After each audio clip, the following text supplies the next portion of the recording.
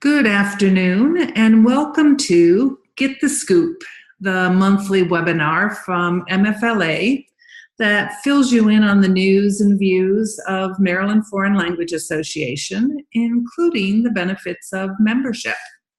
This is Debbie Aspitia, former MFLA president and your host for today's webinar. We'll be recording the session and it will be available to registrants afterward on our website. During the webinar, please post any questions you have in the chat box on your control panel, which you may find either at the top of your screen or the bottom of your screen. If you move your mouse over that portion of your screen, it will display for you. So today we're talking about the benefits of membership in MFLA. And for those of you who are already members, you may discover something new. And for anyone who's contemplating membership, you'll see why it's a smart move. So let's take a look first at our can-do statements for this webinar. I can discuss how to become an MFLA member and why it's beneficial to do so. I can describe the conferences and name reasons to attend, and I can explain the purpose of both the Mead Fellowship and the ANR Scholarship and tell how to apply for them.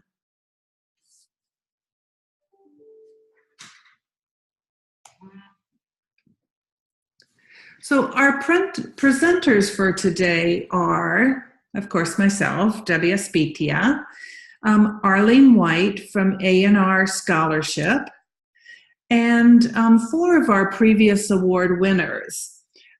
For the ANR Scholarship, we have with us today Caroline Mark from Washington County, Rob Glass from Queen Anne's County, and then former Mead Fellows are Kristen Duncan from St. Mary's Riken High School in Southern Maryland, and Jim Ventosa from the McDonough School.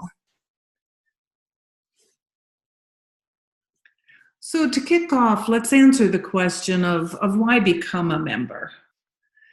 And one of the major benefits to membership in MFLA is the network of colleagues you'll have access to, who are also world language educators. They come from all across the state, and we even have members from out of state. Through the various activities and events MFLA sponsors, members have the opportunity to expand their networks and gain access to a wide variety of resources, including the latest research and thinking in the field of world language pedagogy. Updates are available on the website through the webinars and at the conferences. MFLA members and their students also have access to several scholarships, grants, and awards. So for teachers, there are 6 awards or scholarships or grants. Each year, MFLA selects a Maryland Language Teacher of the Year who will represent MFLA at the Northeast Conference on the Teaching of Foreign Languages held in New York City. Last year's LTOY was Amber Scheffler from Washington County, and the year before that, Katrina Griffin from Anne Arundel County represented us at NACTFL. Katrina then went on to become the ACTFL Language Teacher of the Year at the national level. And we'll talk in more detail about the ANR Productions Scholarship, as well as the Mead Fellowship. But in addition to these, we have the Celeste Carr Study Abroad program to support an MFLA member who plans to participate in a summer program overseas. The Dora Kennedy Scholarship for Latin, which provides funding to an MFLA member and teacher of Latin who pursues professional development. And the Escola Teacher Incentive Grant, which provides financial support to an MFLA member who's completing a project related to classroom instruction. Again, all of these awards offer some sort of financial support to an MFLA member to pursue their interests in these particular areas. For students whose teachers are members of MFLA, we have two opportunities.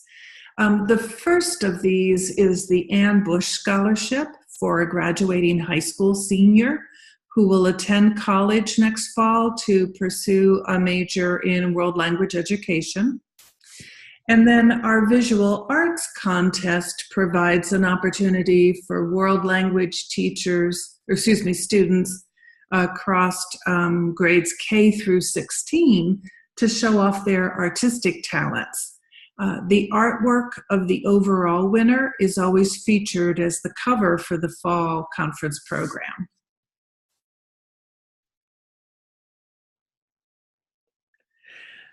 So we hope you're ready to sign up for membership or to renew your membership. And so just how do you go about doing that? Well, it's easy as 1, 2, 3. 1,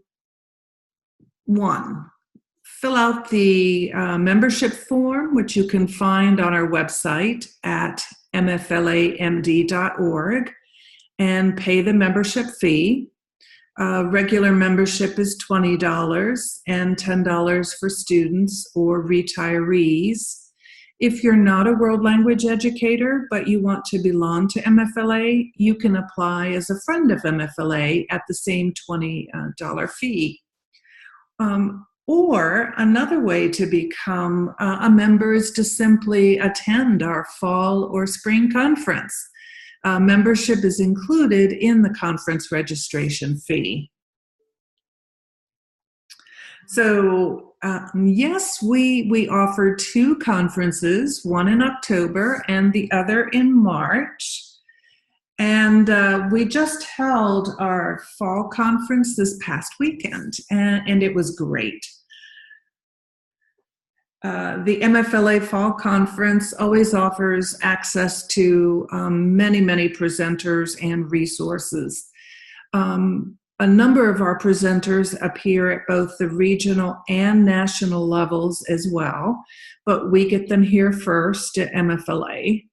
And no matter your interests, be it assessment, teaching strategies, culture, reading, writing, listening, speaking, technology, you'll find it at our conferences. And no matter your language, while the majority of sessions are applicable to any language, we do have language-specific sessions, and not just for teachers of Spanish, but also Arabic, French, German, and Chinese. There are also more than 20 exhibitors present with a myriad of resources to help teachers enrich their classrooms and instruction.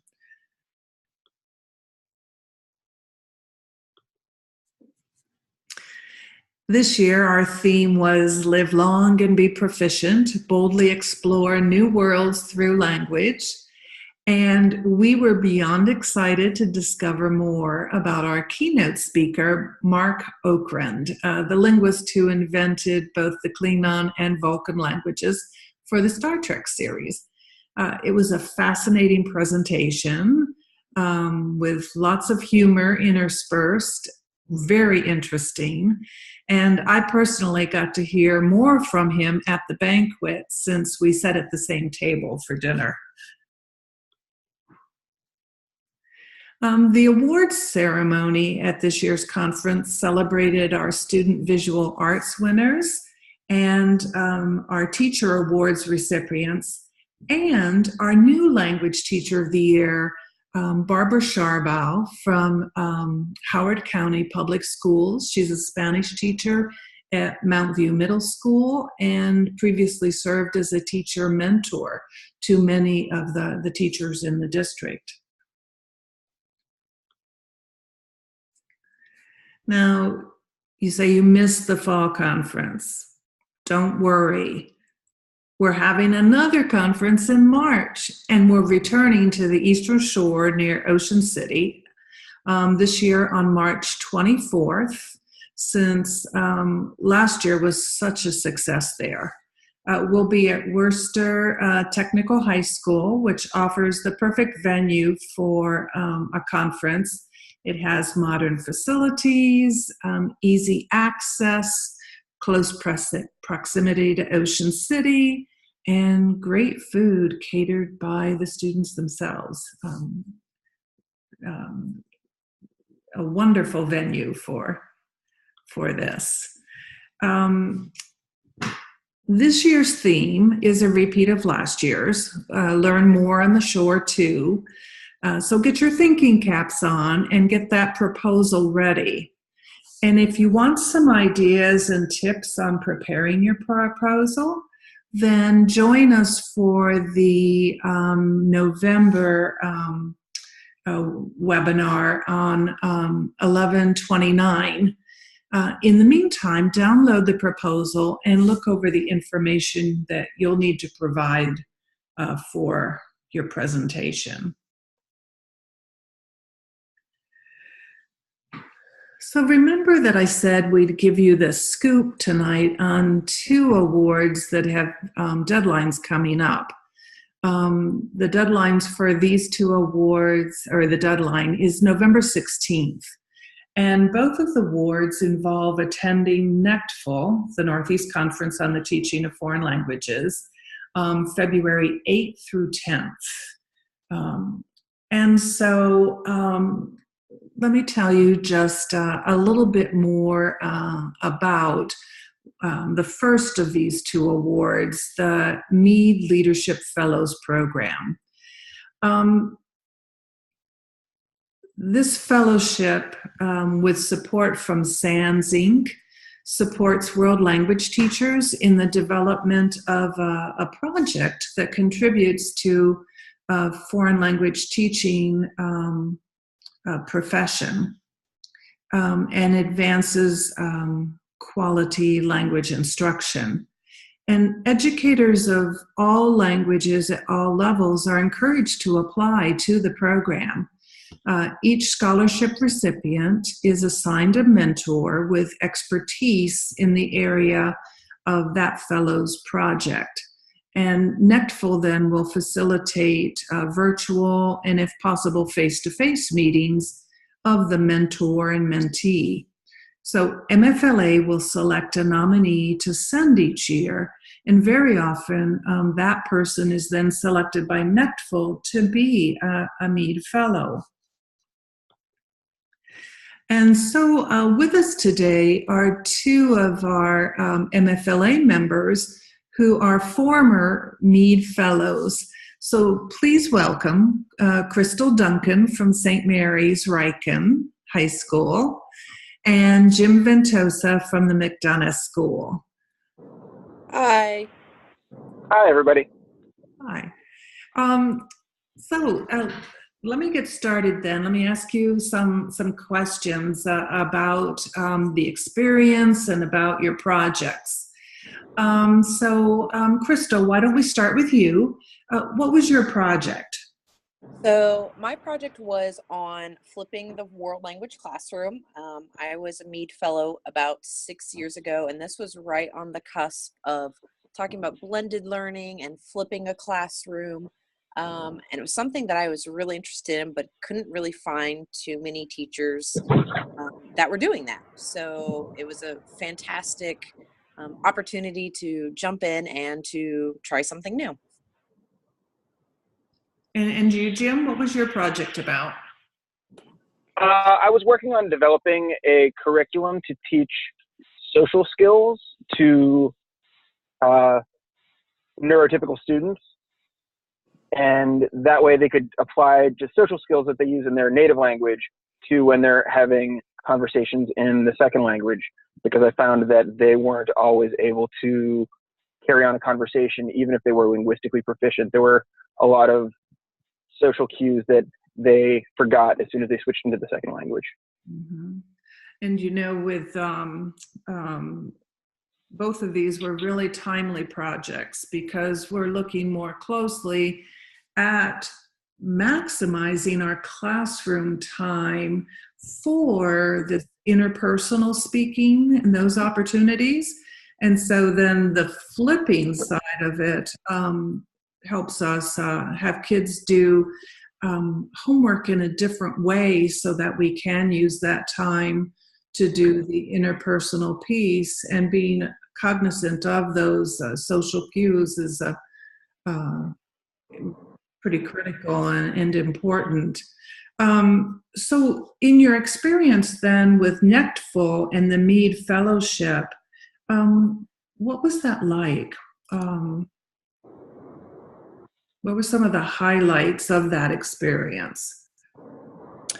Well, I think for me, just the professional development and the ability to connect with the community was fantastic. I had the opportunity, this was one of the first times I even had a chance to meet Jim, and I just think getting connected with like-minded teachers who are, pursuing the best for their students, they want to learn new ways to teach, and just, it was so refreshing and encouraging.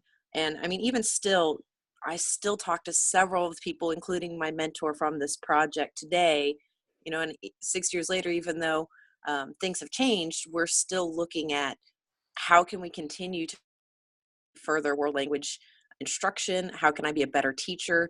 And ultimately, how can we help our students, develop their proficiency? So again, just for me, just the relationships that were formed out of this opportunity, there's no comparison. Yeah, I would agree. I would say that a big piece of it was just sort of getting access to a lot of people that I would not have met otherwise. And I felt as though being involved with the Mead program sort of gave a project that an idea that I had that I developed into a project, and it really sort of got legs from that point. Prior to that, it was something that I was interested in doing. And through the Mead program, I was able to develop it into a larger project that I could actually, share with other people. And I'm also still in touch with a lot of people that I've met through the Mead program. Mm-hmm. And I know both of your projects were very well received. And one of the things that our Mead Fellows do is that when they come back the following year at the conference, they'll give a presentation on their project or some element of it. And I know those have been very well received by our members here, as well as the membership at NECTFL, because isn't that piece of the requirements is that you'll also then present your project the following year, so you get funding to attend both, NECTFL for 2 years in a row. Oh yes, and I thought it was nice to have a timetable and an end goal, although I know for myself and for a lot of people, the project sort of becomes an ongoing, work you continue to develop. But having sort of a timetable to your thoughts organized, and then having that end goal of presenting the following year, it really helped me where I might have not focused as much. Mm-hmm. Yeah, I agree with that completely. Having an end in sight, but also having the structure and the support along the way just made such a big difference. A lot of times, like, oh, that's a great idea. That's a great idea. And then you never come back to it. And that was one of the best things with this, was that I had a chance to go and I got to absorb and take from other teachers in NECTFL. I had a year to work with lots of support. And then the following year, I had an opportunity to turn around and share what I had learned and what I had worked on. So then other teachers could then take it and adapt it and run with it as well. So that was definitely, having a time frame was a fantastic part of this project. Cool. And I think it's really interesting the way a lot of the Mead Fellows continue working on their project even years after it's completed. I know that I'm still, tweaking some of the things that I do, and not just what I do in the classroom, but I'll think, well, this is something that I'd worked on. So I'm trying to update all my documents and things like that as well. Cool. What would you say to teachers who are thinking about applying? You know, do you have any words of wisdom, any advice that you'd like to share? Do it. I really and truly, like, there is no time like the present. And the support that you're provided to help your project get off of the ground is really what you need. You know, you have a great idea of how you could do a project for a reason. And so have the confidence in yourself and in your creativity and really support the process. You know, MFLA, SANS, NECTFul, the whole Mead program is designed to help you be successful. So I've never heard a Mead walk away and say, wow, I really failed at that project. No, everybody walks away and they're pumped and they're excited. And if nothing else, it really, it helps you to be creative and to think forward. And okay, so maybe the project isn't what you thought it was going to be, but it's even better. And that's the great part of it, is that these projects grow and evolve and change so much for it. So if you're thinking about it, do it. It is worth every single minute of every single day. Like, go for it. You've got the support. We'll cheer you on. Just do it. That is my best suggestion. Oh yeah, and I would say that even if you don't have, I went into this with what I thought was an almost fully formed idea in mind, and then over the course of the year things changed and it got even better. But I think that the program is even more helpful if somebody has sort of a nugget of an idea that they need to sort of bounce against a few other people, and the feedback that you get from everyone else is great. And once you're in the program, you meet with not just your own mentor, but there's many other mentors, many other Mead fellows, and there's sort of just like this gigantic group of people. Gigantic's maybe an overstatement, but there's a large group of people who really want to see you be successful, and you just get so much support and so much honest feedback, critical, but like in a very constructive way. Cool. So even if the idea is not fully formed, I think that would almost even benefit more than if you have a really solid idea of what you want. So I would say try to put it together, pull the proposal together, even if you see a lot of different ways that it could go. Perfect. Well, thank you both. Thank you so much for joining us this evening. So we have Crystal Duncan from St. Mary's Riken and Jim Ventosa from the McDonough School. Thank you. Thanks for having us. Yeah, thanks a lot. So now let me wrap up this segment by just giving you a few more details then about the application process and some of the funding that is included. You'll see that NECTFul will support you with conference registration fees. Those will be waived for 2018, which is the year that a fellow is accepted and attends the conference and meets with a mentor. And then 2019, the year in which the recipient will present their particular project results. And then they also will provide one night at the conference hotel, which is the New York City Hilton Midtown, where the conference is held. And then they'll reimburse up to $575 for travel expenses. In addition, MFLA will provide a stipend of $500 for the first year and up to $500 for the second year for travel costs and lodging or meals as needed. Okay, and then the application process is pretty straightforward. You'll find the application online at MFLA-MD.org. Complete it as best you can.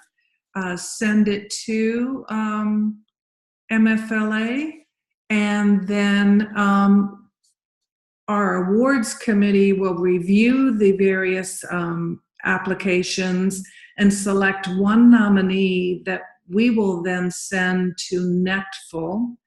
And NECTFL, out of all of the nominees that it receives, will select 3 fellows. And so they receive nominations from the states, from the Washington, D.C. area up to Maine, the Northeast region. And the deadline for submitting your application then is November 16th. We will then make our decision in MFLA by December 1st, and NECTFL will let the fellows know by mid-December of their acceptance into the program. Okay. Now to tell us about the other NECTFL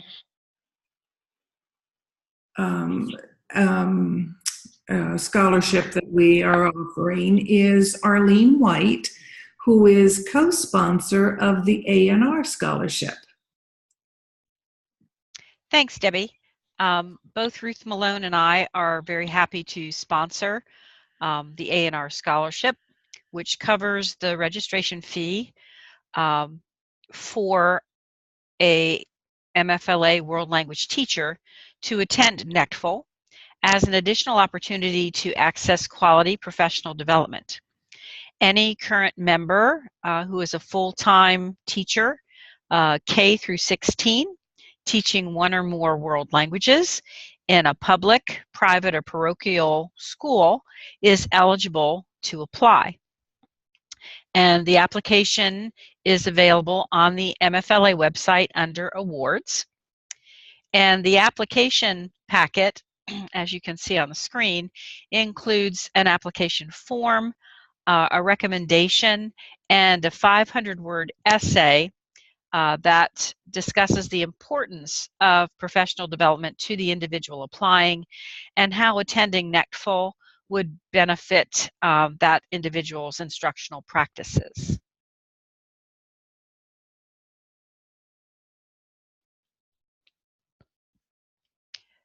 So joining me today, I believe, are 2 former recipients, Caroline Mark from Washington County Public Schools and Rob Glass from Queen Anne County Public Schools.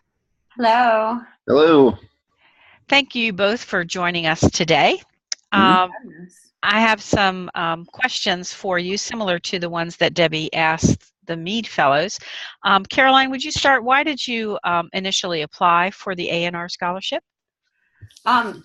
You know, wow, why didn't I apply? Having attended so many different MFLA conferences, and I even presented at one before I decided to apply for the ANR Scholarship, I'd been encouraged by a colleague to kind of take my professional learning to the next level.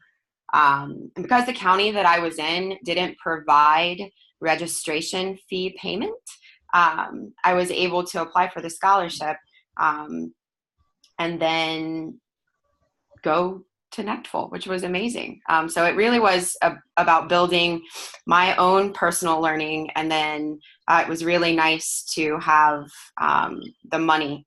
That was a big piece for me. Mm-hmm. What about you, Rob? Very similar to what Caroline said. I was unable to get funding to go to NECTFL. I actually went my first year of teaching, and I felt like there were a lot of opportunities I was missing out on because Queen Anne's County is a very small county, so I thought here was a good chance to meet people, network, connect, and I applied and got accepted, and I was super excited because I had only been teaching for about 6 months at that point. Well, that is the purpose of why we offer the scholarship. Caroline, how challenging was the application process for you? You know, as Debbie said about the MFLA scholarship, it really is as easy as, or I'm sorry, the membership to MFLA, it really is as easy as 1, 2, 3. So fill out the registration form, seek out a recommendation from a colleague or a supervisor, And then truthfully, the essay was the part that I was most excited about, because I got to speak passionately from my heart about professional development and its importance, and limiting it to 500 words was really difficult for me. I love to write, and I'm super passionate about professional growth. So it was a simple process, easy process, and resulted in great things. What about you, Rob? Yeah, I thought it was a very simple process. I thought that it was very exciting to see how excited and enthusiastic that my department chair was writing my recommendation.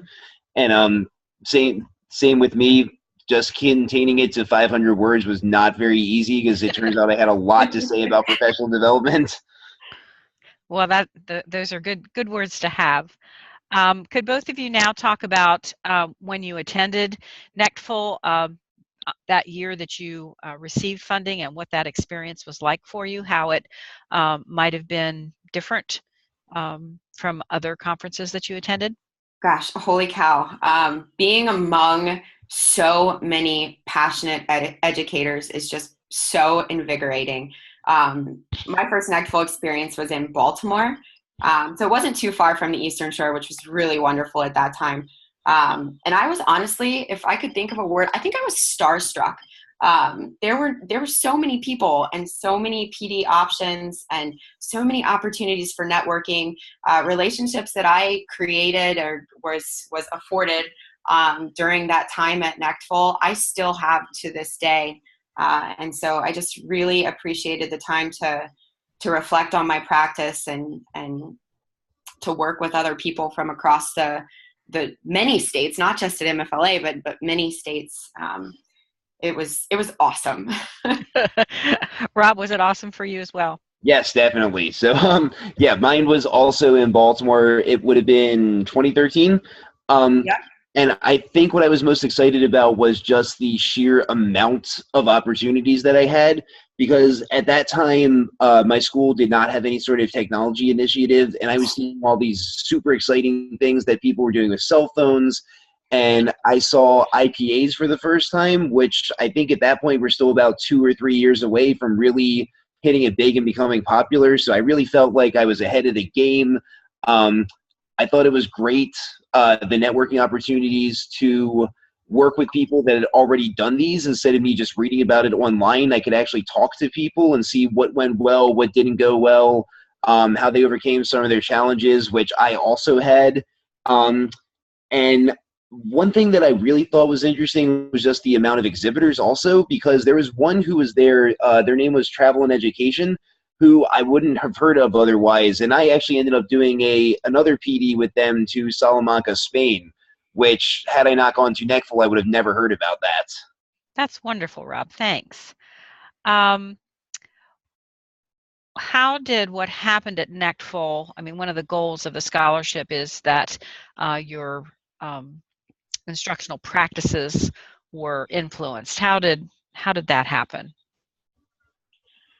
I think in terms of just kind of what Rob had just mentioned about there being so many different things on the cutting edge of technology advancements, the apps, the IPAs, seeing that stuff and seeing that they're working for other people, and people are being innovative and practicing different things in their classroom.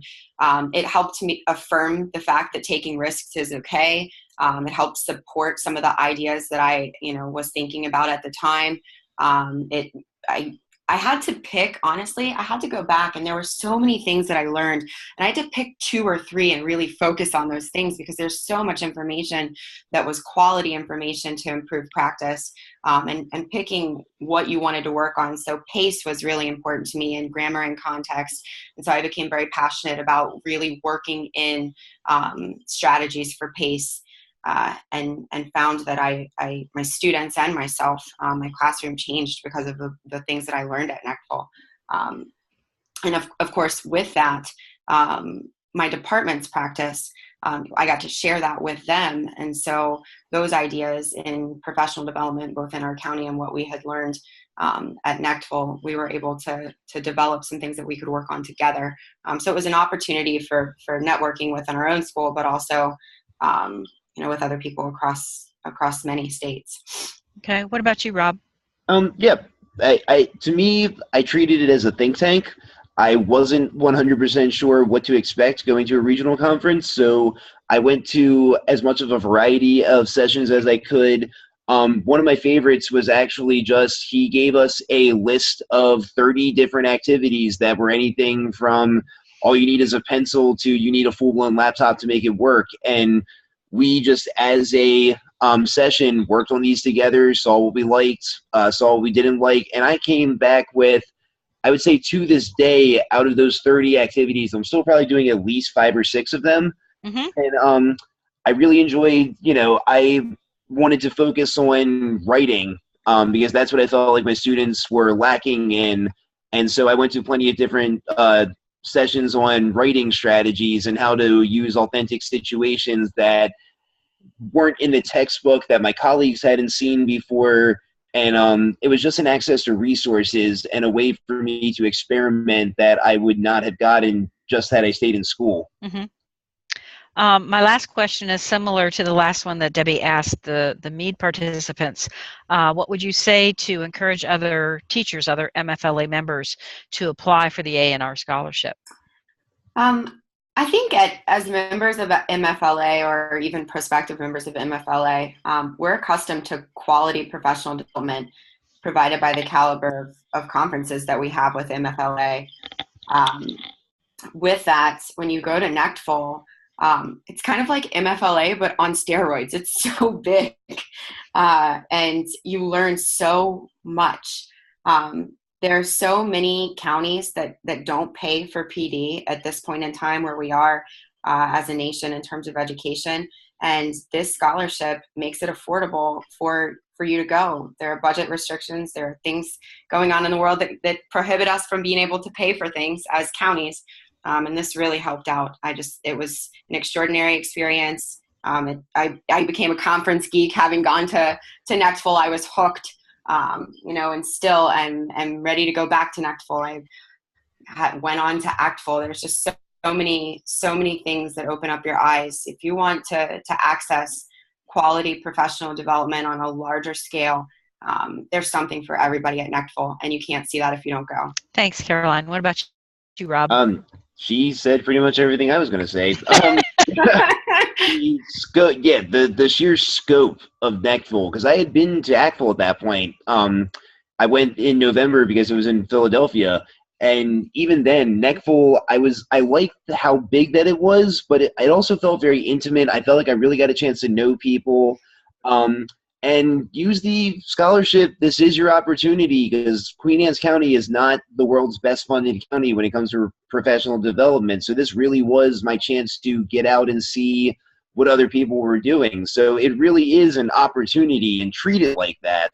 There is a little bit of work involved ahead of time, but like me and Caroline both said, there's not so much involved that it's prohibitive. And what you get out of it for that little bit of extra work is just so rewarding. And I've been to so many conferences since then. I even presented at the most recent NECTFL back in February, and just a very rewarding experience. It made me feel like I was part of an actual community, because when there's only 5 other teachers in your building that teach your language, it really kind of feels like it's just you 6 for a while. And just seeing that chance to see people who had thought of things you would never have thought of is wonderful, and then being able to share something that they would have never thought of is equally as wonderful. So it's just a really great opportunity, and I wouldn't take it up, or I would take it up. Let me rephrase that. Well, thank both of you very much.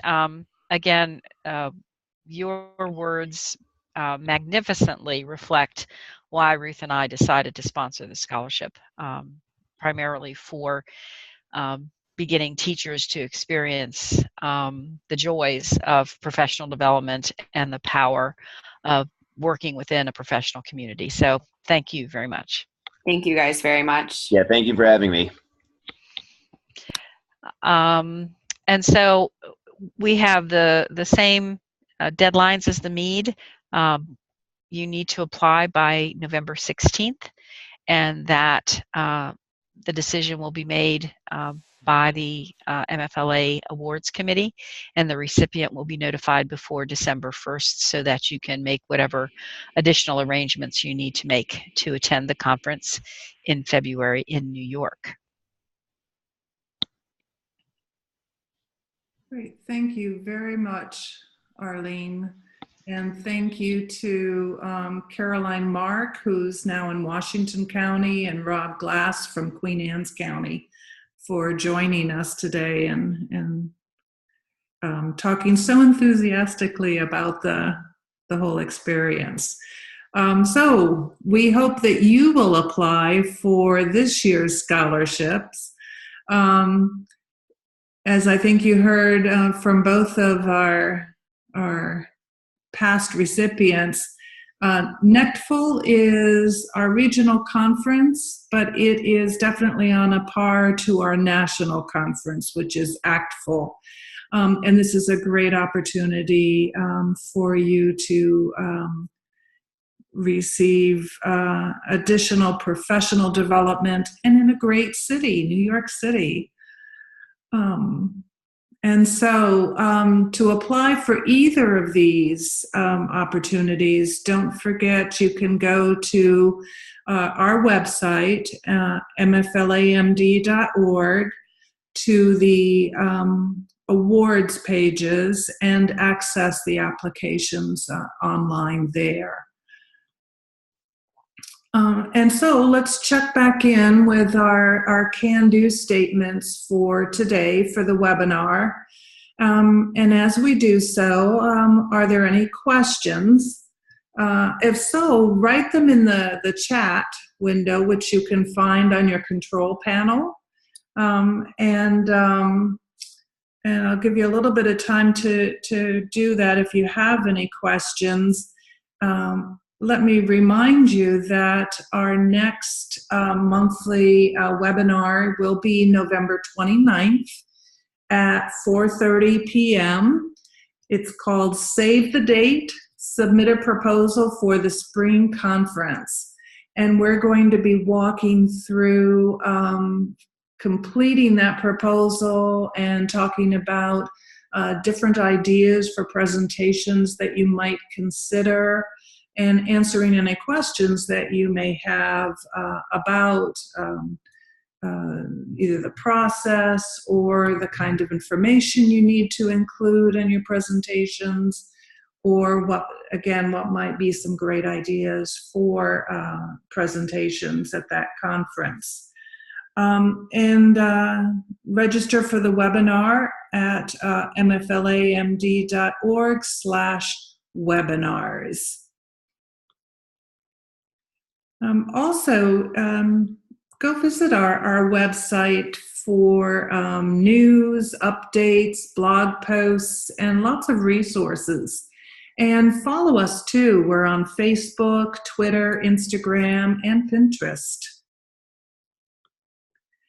And so we're glad you could join us today. And until the next time, this is Debbie Espitia, and Get the Scoop.